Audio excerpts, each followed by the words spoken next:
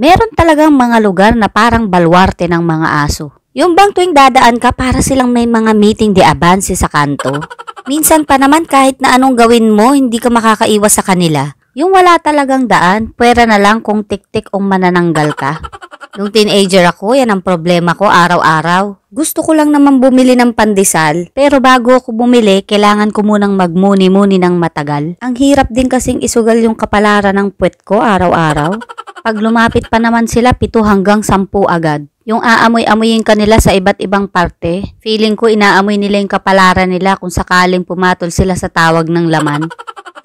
Paano nga kaya kung ganun, no? Yung pag-amoy nila sa'yo, amoy duwag, sabay sakmal. Tapos yung iba, pag amoy sa'yo, yung mga aso mag-uusap-usap. Tapos titimbrehan nila yung ibang aso. Oy, wag yan, amoy scammer, magpapamulta yan. Tapos yung iba naman, op, wag yan, lumayo kayo, kamag-anak ni chairman. O kaya pwede din, o pinsan ni Blackie, padaanin nyo yan.